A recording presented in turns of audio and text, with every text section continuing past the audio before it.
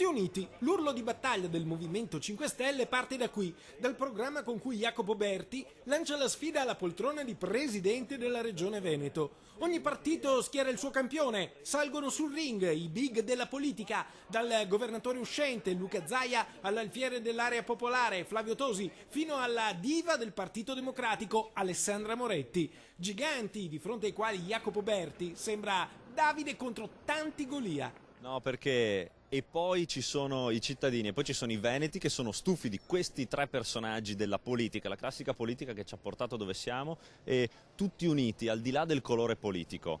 Abbiamo un'emergenza che è quella di salvare imprese, famiglie e territorio. Quindi ripeto, al di là di quello che può essere il credo politico, noi tutti uniti dobbiamo andare a riprenderci la nostra regione. No, decisamente no. Di fronte ai giganti Jacopo Berti non soffre di nanismo. Insomma ci prova, il Veneto non è solo una regione, ma è la regione, attraverso cui passano tutte le strategie sulla scacchiera della politica nazionale. Vincerla sarebbe un colpo eclatante, ma per riuscirci ci vuole un programma convincente. Quello del Movimento 5 Stelle punta a rivoluzionare il Nord-Est con il taglio dei vitalizi per i consiglieri regionali ed il risparmio delle spese superflue, per poi deviare i flussi di denaro pubblico sul sostegno alle aziende e all'occupazione, sulle famiglie e sul reddito di cittadinanza.